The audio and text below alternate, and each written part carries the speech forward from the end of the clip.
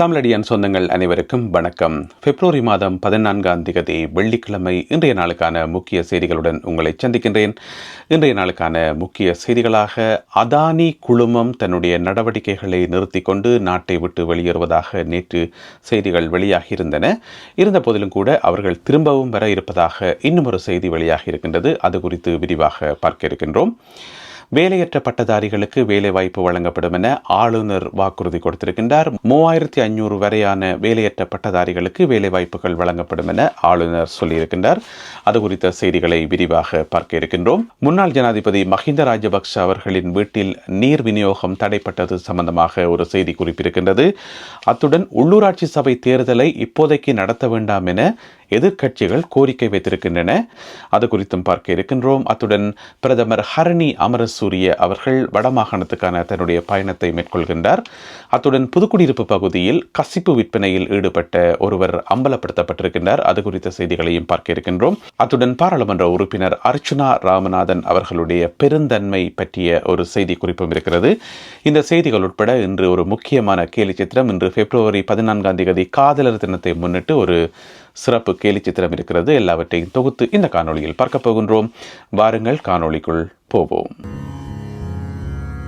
முன்னாள் ஜனாதிபதி மஹிந்த ராஜபக்ஷ அவர்கள் அடம் பிடித்து வசித்து வரும் கொழும்பு ஏழில் இருக்கின்ற விஜயராம மாவட்டத்தில் இருக்கின்ற அவருடைய வீட்டுக்கு நீர் வழங்கல் தடைப்பட்டதாக செய்திகள் வெளியாகி இருந்தன. ஆனால் என்னென்னு சொன்னால், வீட்டினுடைய முழுமையான பகுதிக்கும் நீர் தடைப்படையிலையாம். அதில் செக்யூரிட்டி கார்ட்ஸ், அதாவது பாதுகாப்பு படையினர் தங்கியிருக்கிற அந்த குறிப்பிட்ட பகுதிக்கு மட்டும்தான் நீர் தடை ஏற்பட்டதாக சொல்லப்படுகின்றது. ஏனென்று சொன்னால், அவர்கள் அதுக்கு கட்டணங்களை செலுத்தலையாம். எவ்வளோண்டு பார்த்தீங்கன்னு சொன்னால், 4,29,000 ரூபாய் நீர் கட்டணம் அவர்கள் கட்டவில்லையாம். அதன் காரணமாக நீர் வழங்கல் துண்டிக்கப்பட்டிருக்கின்றது. போன அக்டோபர் மாதத்தில் இருந்து இந்த கட்டணத்தை அவர்கள் செலுத்தவில்லை என்று சொல்லப்படுகின்றது. என்ன காரணம் என்று தெரியல. மஹிந்த ராஜபக்ஷ விட்ட காசு இல்லையோ தெரியல, அல்லது எதுக்காக நான் கட்டணும், நான் முன்னாள் ஜனாதிபதி, நான் 30 வருட போரை முடிவுக்கு கொண்டு வந்த நானே ஓட்ட பில்லை கட்டணும் என்று சொல்லி அப்படி ஏதாவது நெச்சாரோ தெரியல. எனவே இப்போ இருக்கிற ஜனாதிபதி அனுரகுமார திசாநாயக்கா சொல்றது என்னன்னு சொன்னால், நாட்டில் எல்லோரும் சமம். முன்னாள் ஜனாதிபதியாக இருந்தாலும் சரி, அல்லது சாதாரண குடிமக்களாக இருந்தாலும் சரி, எல்லோரும் சமம். காசு கட்டாட்டி தண்ணி வராது, அவ்வளவுதான் கதை என்று சொல்லியிருக்கார். அதால இப்ப மஹிந்த ராஜபக்ஷவினுடைய வீட்டின் ஒரு பகுதிக்கு தண்ணீர் தடைப்பட்டுள்ளது. பிப்ரவரி மாதம் 17ஆம் தேதி திங்கட்கிழமை சமர்ப்பிக்கப்பட இருக்கின்ற வரவு செலவு திட்டத்துக்கான இறுதிக்கட்ட பேச்சுவார்த்தைகள் நடைபெற்றிருக்கின்றன. நேற்று ஜனாதிபதி அனுரகுமார திசாநாயக்கா தலைமையில் அது சம்பந்தமான விவாதங்கள் இடம்பெற்றிருக்கின்றன. இதிலே முக்கியமான அமைச்சர்கள் பலர் கலந்து கொண்டிருக்கின்றார்கள். பிப்ரவரி மாதம் 17ஆம் தேதி திங்கட்கிழமை காலை 9:30 பாராளுமன்றத்தில் ஜனாதிபதி அனுரகுமார திசாநாயக்கா அவர்கள் தன்னுடைய முதலாவது வரவு செலவு திட்டத்தை சமர்ப்பிக்க இருக்கின்றார். அனைவராலும் மிகுந்த ஆவலுடன் எதிர்பார்த்து காத்திருக்கின்ற ஒரு வரவு செலவு திட்டமாக இது இருக்கின்றது. உலக நாடுகள், IMF அமைப்பு மற்றும் உலக வங்கி போன்றவற்றுடன் இலங்கையில் இருக்கின்ற எதிர்க்கட்சிகளும் மிகுந்த ஆவலுடன் எதிர்பார்த்து காத்திருக்கின்றன, அதில் ஏதாவது பிளபிடிக்கலாம் என்று சொல்லி. எனவே எல்லோராலும் எதிர்பார்க்கப்படுகின்ற வரவு செலவு திட்டம் வரும் திங்கட்கிழமை காலை 9:30 மணிக்கு பாராளுமன்றத்தில் சமர்ப்பிக்கப்பட உள்ளது. வேலையில்லா பட்டதாரிகள் 3500 பேருக்கு மிக விரைவில் வேலைவாய்ப்பு வழங்கப்படும் என கிழக்கு மாகாண ஆளுநர் ஜெயந்தலால் ரட்னசேகர சொல்லியிருக்கின்றார். நேற்று வியாழக்கிழமை ஆளுநருக்கும் பொதுமக்களுக்கும் இடையிலான சந்திப்பு இடம்பெற்றது. இதில் வேலையில்லா பட்டதாரிகளினுடைய சங்க உறுப்பினர்கள் ஆளுநரை நேரடியாக சந்தித்து தங்களுடைய கோரிக்கை அடங்கிய கடிதம் ஒன்றை சமர்ப்பித்திருக்கின்றார்கள். இதன்போது ஆளுநர் அவர்கள் இந்த வாக்குறுதியை வழங்கியிருக்கிறார். என்னென்னு சொன்னால், ஆசிரியர் சேவையில் ஏராளமான வெற்றிடங்கள் இருக்காம்.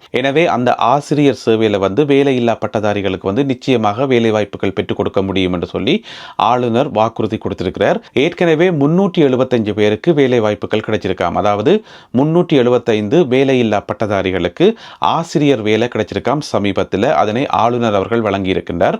அதே போல இன்னும் இருக்கக்கூடிய 3500 பேருக்கு வேலை வாய்ப்புகள் வழங்கப்படும் என்று சொல்லியும் நிதி அமைச்சுக்கு தான் கடிதம் எழுதியிருப்பதாகவும், நிதி அமைச்சு அதனை ஒப்புதல் வழங்கியதன் பின்னர் உடனடியாக இந்த 3500 பேருக்கும் வேலை வாய்ப்புகள் வழங்கப்படும் என கிழக்கு மாகாண ஆளுநர் தெரிவித்துள்ளார்.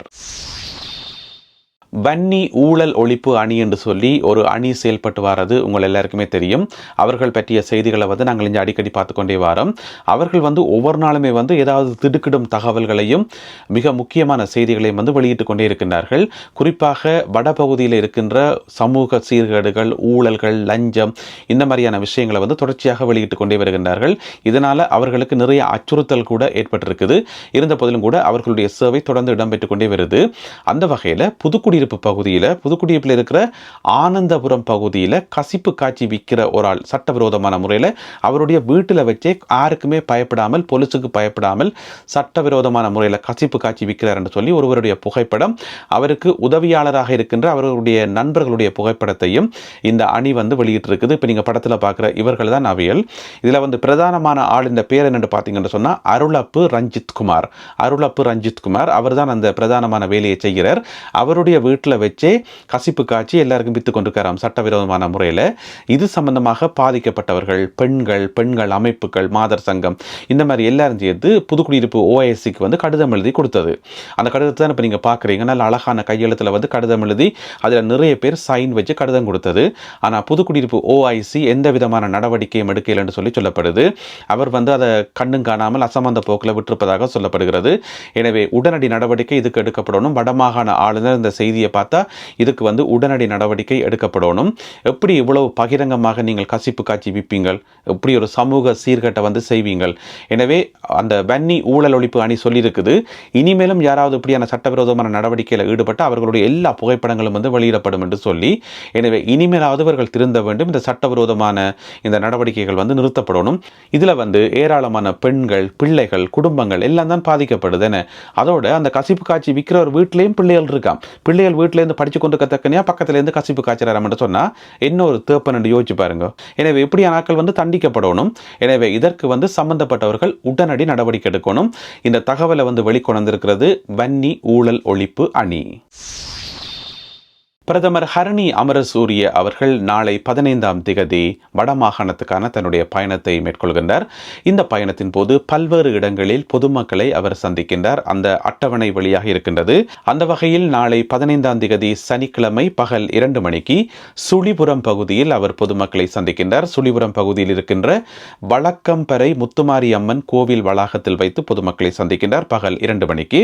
பின்னர் 3:30 மணிக்கு ஏழாலை பகுதியில் பொதுமக்களை சந்திக்கின்றார். ஏழாலை பகுதியில் இருக்கின்ற 7 கோவில் அடி அந்த இடத்துல வந்து பொதுமக்களை சந்திக்கிறார். அது பிறகு பின்னேரம் 5 மணிக்கு பார்த்தீங்கன்னு சொன்னால் சண்டிலிப்பாய் வடக்கு பகுதியில் பொதுமக்களை சந்திக்கின்றார். சண்டிலிப்பாய் வடக்கு பிள்ளையார் கோவில் அருகாமையில் பொதுமக்களை சந்திக்கிறார். இதெல்லாம் வந்து நாளை 15ஆம் திகதி யாழ்ப்பாணத்தில் நடைபெறுகின்ற மக்கள் சந்திப்புகள். அதே போல நாளை மறுதினம் 16ஆம் திகதி ஞாயிற்றுக்கிழமை முல்லைத்தீவில் பொதுமக்களை சந்திக்கின்றார் பிரதமர் ஹரணி அமரசூரிய அவர்கள். பிப்ரவரி மாதம் 16ஆம் திகதி பிற்பகல் 1:30 மணிக்கு முல்லைத்தீவு பிரதேச சபை மண்டபத்தில் பொதுமக்களை சந்திக்கின்றார் பிரதமர் ஹரணி அமரசூரிய.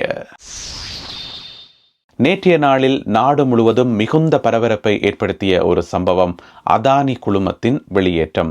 அதானி குழுமம் தன்னுடைய நடவடிக்கைகள் அனைத்தையும் கைவிட்டு நாட்டை விட்டு வெளியேறுவதாக நேற்று அறிவித்திருந்தது. அதனைத் தொடர்ந்து இலங்கையிலும் இந்தியாவிலும் மிகுந்த பரபரப்பு ஏற்பட்டிருந்தது. ஏனென்று சொன்னால் கடந்த 2 ஆண்டுகளுக்கு மேலாக காற்றாலை மின்சாரம் அமைக்கிறதுக்கு அதானி குழுமம் பல்வேறு முயற்சிகளை எடுத்து வருகின்றது. பல்வேறு கட்ட பேச்சுவார்த்தைகளை நடத்தி வந்தது. இருந்த போதிலும் கூட இப்பொழுது புதிய அரசாங்கத்துக்கும் அவர்களுக்கும் இடையிலான பேச்சுவார்த்தைகள் சரிவராததன் காரணமாக அவர்கள் நாட்டை விட்டு வெளியேறுவதாக சொல்லப்பட்டது. இருந்த போதிலும் கூட இப்பொழுது வந்திருக்கின்ற தகவல்களின் அடிப்படையில் அவர்கள் மீளவும் வர இருக்கின்றார்களாம். வாரக்கிழமை வந்து திரும்பவும் அதானி குழுமத்துக்கும் இலங்கை அரசாங்கத்துக்கும் இடையில வந்து ஒரு சுற்று பேச்சுவார்த்தை இடம்பெறும் என்று சொல்லி நம்பகரமான செய்திகள் தெரிவிக்கின்றன. இதுல வந்து அவர்கள் முக்கியமாக விவாதிக்க இருக்கின்ற விஷயமே அந்த கட்டணம் தான். ஏன்னு சொன்னா அதானி காற்றாலை மின்சார திட்டத்தில் வந்து கட்டணங்கள் அதிகம் என்று சொல்லி அனுரகுமார திசாநாயக்க தலைமையிலான அரசாங்கம் வந்து அதை எதிர்த்து கொண்டு வருது. எதிர்க்கையில் அதுக்கான அனுமதியை வந்து கொடுக்கறதுக்கு தாமதிச்சது. ஏன்னு சொன்னா கட்டணம் அதிகம் என்று சொல்லி அதை வந்து அப்படியே நடைமுறைப்படுத்தினா அதில் வந்து பாதிக்கப்பட போகிறது பொதுமக்கள் தான். எனவே என்னதான் காற்றாலை மின்சாரம் அமைக்கப்பட்டாலும் கட்டணங்கள் குறையலை என்று சொன்னால் அது வேஸ்ட் தானே. எனவே கட்டணங்களை குறைக்க சொல்லி அரசாங்கம் தொடர்ச்சியாக வேண்டுகோள் விடுத்து கொண்டு வந்தது. அப்போ அதானி குழுமம் என்ன சொல்லுதுன்னு சொன்னால், முதல் இருந்த அரசாங்கங்கள் இருக்குத்தானே, முதல் இருந்த அரசாங்கத்தோட தாங்கள் 14 சுற்று பேச்சுவார்த்தைகள் நடத்தினதாம். 14 சுற்று பேச்சுவார்த்தைகள் நடத்தி கடைசியில் தானாம் இதுதான் ரேட் என்று சொல்லி ஃபிக்ஸ் பண்ணப்பட்டதாம். அது அடுத்து வரும் 20 வருடங்களுக்கு அதுதான் கட்டணம் என்று முடிவெடுக்கப்பட்டதாம் போன அரசாங்கத்தில். எனவே ஜனாதிபதி அனுரகுமார திசாநாயக்கா அதை ஒத்துக்கொள்வாரா? இல்லை. அவர் பார்ப்பார், கட்டணம் சரியா இருக்கணும், பொதுமக்களுக்கு நன்மையாக இருக்கணும், அதைத்தான் அவர் பார்ப்பார். எனவே கட்டணங்களை குறைக்க சொல்லி புதிய அரசாங்கம் கேட்டது. இருந்த போதிலும் கூட அது அவைக்கு கட்டுப்படியாக இல்லை போல நடக்குது. அதால தங்களுடைய நடவடிக்கைகளை நிறுத்தி கொண்டு தாங்கள் நாட்டை விட்டு வெளியேறுவதாக நேற்று அறிவித்திருந்தார்கள். இருந்த போதிலும் கூட இன்னும் ஒரு சுற்று பேச்சுவார்த்தை அடுத்த வாரம் இடம்பெற இருப்பதாக நம்பகரமான செய்திகள் தெரிவிக்கின்றன.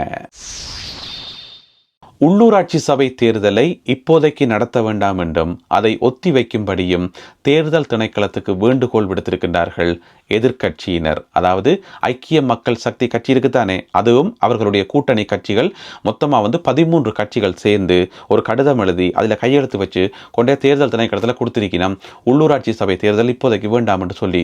இதே ஆக்கள்தான் இவையல்தான் உள்ளூராட்சி சபை தேர்தல் எப்போ நடத்தப்படும், அனுரகுமார திசாநாயக்கா வேணும் என்று இழுத்தடிக்கிறார், அவர் தேர்தலை எதிர்நோக்கிறதுக்கு பயப்படுறார், தோல்வி பயத்தில் இருக்கிறார், தேர்தலை கொண்டு வா என்று சொல்லி திரும்ப சொல்லி கொண்டு வந்தவே இப்போ போய் கடிதம் கொடுத்தீங்கன்னா தேர்தல் வேண்டாம் என்று சொல்லி அதுக்கு என்ன காரணம் சொல்லி இருக்கிறோம் என்று சொன்னா, ஓஎல் எக்ஸாம் வருதாம், ஏப்ரல் மாதத்தில் ஓஎல் எக்ஸாம் வருதாம், தமிழ் சிங்கள புத்தாண்டு வருதாம், எனவே தாங்கள் சரியான பிஸியாம். அது மட்டும் இல்லாமல் பாராளுமன்றத்தில் வரவு செலவு திட்ட விவாதம் வருதாம். எதிர்க்கட்சியை சேர்ந்த மொத்தமாக 66 பாராளுமன்ற உறுப்பினர்கள் இருக்கணும். எனவே 66 பாராளுமன்ற உறுப்பினர்கள் பாராளுமன்றத்தில் இருக்கணுமாம். வரவு செலவு திட்ட விவாதம் ஒரு மாதம் தொடர்ந்து நடக்கும் தானே, அந்த ஒரு மாதமும் நாங்கள் பாராளுமன்றத்தில் இருக்கணும் என்ற எங்களுக்கு தான் முக்கியமான வேலை இருக்குது. அதால் எங்களால் தேர்தலை கவனிக்க முடியாது என்று சொல்லியிருக்கணும். இதை என்ன நம்புறேன்னு தெரியல. இப்போ பாராளுமன்ற உறுப்பினர்கள் பாராளுமன்றத்தில் இருந்தால் கட்சியில் வேறு ஆக்களே இல்லையா, மற்றாக்கள் போய் தேர்தல் வேலையை பார்க்க வேண்டியானே. எனவே சொல்லியிருக்கணும் இப்படி இந்த காரணங்கள் எல்லாத்தையும் குறிப்பிட்டு ஓஎல் எக்ஸாம் வருது, சித்திரை புத்தாண்டு வருது, புது வருஷம் வருது, அதெல்லாம் சொல்லி தேர்தலை இப்போதைக்கு நடத்த வேண்டான்னு சொல்லி எந்த வாயால் தேர்தலை நடத்துங்கோன்னு சொல்லிச்சினமோ அதே வாயால் வேண்டாம் என்று சொல்லியிருக்கணும். அது மட்டும் இல்லாமல் இன்னும் ஒரு காரணம் சொல்லியிருக்கணும், தேர்தலை எதிர்கொள்றதுக்கு தங்கள்கிட்ட காசு இல்லையாம். இப்போ அதாவது அனுரகுமார திசாநாயக்க தலைமையிலான என்பிபி கட்சி இருக்குத்தானே, அவைகிட்ட நிறைய கோடிக்கணக்கான காசு இருக்காம். ஆனால் எங்கள்கிட்ட காசு இல்லை, அதால் தேர்தலில் ஒத்தி வைங்கோன்னு சொல்லியிருக்கணும். இந்த உள்ளூராட்சி சபை தேர்தல் எவ்வளோ காலமாக திட்டமிட்டு அது ஒத்தி வைக்கப்பட்டு கடைசியாக இழுவட்டு போயாவது நடக்கும் என்று பார்த்தா திரும்ப கொண்டு போயிட்டு கடிதம் கொடுத்திருக்கணும். இதில் இன்னும் ஒரு பகுதி என்னென்னு சொன்னால், அதில் 13 கட்சிகள் சைன் வச்சிருக்கணுமாம்.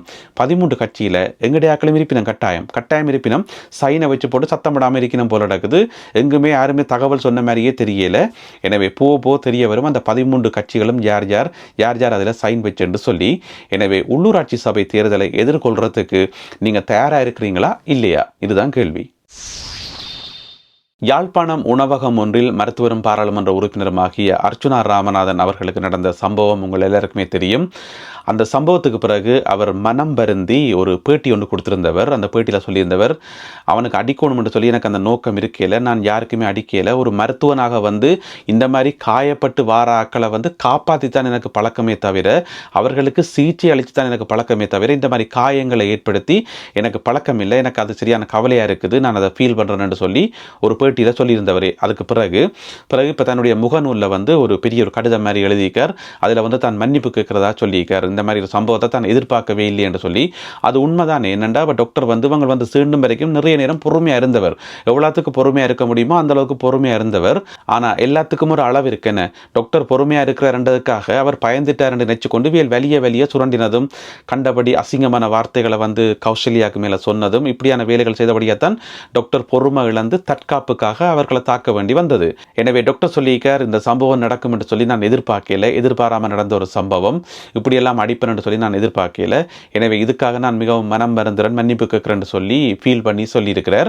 இதுதான் டாக்டரோட குணம். டாக்டர் கோவப்படுவார், கொந்தளிப்பார், ஆனால் அடுத்த நிமிஷம் அதை மறந்துட்டு இயல்புக்கு வந்துடுவார். இதுதான் டாக்டரோட குணம். அந்த கோபம் இருக்கும் இடத்துல தான் குணம் இருக்கும் என்று சொல்றது யாருக்கு பொருந்ததோ இல்லையோ, எங்களுடைய அர்ச்சுனா டாக்டர் அவர்களுக்கு 100க்கு 100 வீதம் பொருந்தும். அப்படிப்பட்ட ஒரு கரெக்டர் உள்ளவர் தான். அதனால தான் அவரை ஆதரிக்கிற ஆட்கள் எல்லாம் வந்து அதை புரிஞ்சு கொண்டு தொடர்ந்து அவரை ஆதரித்து கொண்டிருக்கணும். எனவே வந்து உண்மையிலேயே வந்து அந்த சம்பவத்தை எதிர்பார்த்து அவர் போயிருக்க மாட்டார். பசிக்குதண்டு சாப்பிட போன மனுஷன் என்ன ஒரு ஹோட்டலுக்கு ஏன் போகிறது, அடிக்கவா போகிறது, அடிபடவா போகிறது இல்லையே. பசிக்குதண்டு சாப்பிட போன ஒரு ஆளை ஒரு மிலேச்சத்தனமாக சீண்டி, அதுவும் வெளிநாட்டிலேருந்து போனவங்களுக்கு அறிவு இல்லையா, அப்படி சீண்டி கடைசியாக வந்து இப்படி ஒரு சம்பவத்தை வந்து ஏற்படுத்தி வச்சுக்கிறீங்க.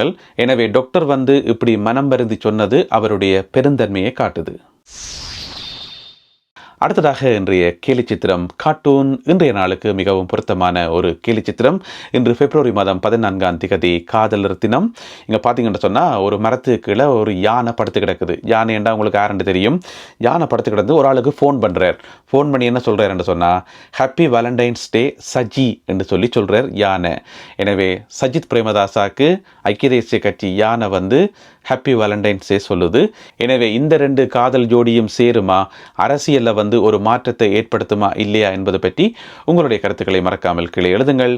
மீண்டும் மற்றும் ஒரு காணொளியில் உங்களை சந்திக்கின்றேன். அதுவரை நன்றி, வணக்கம்.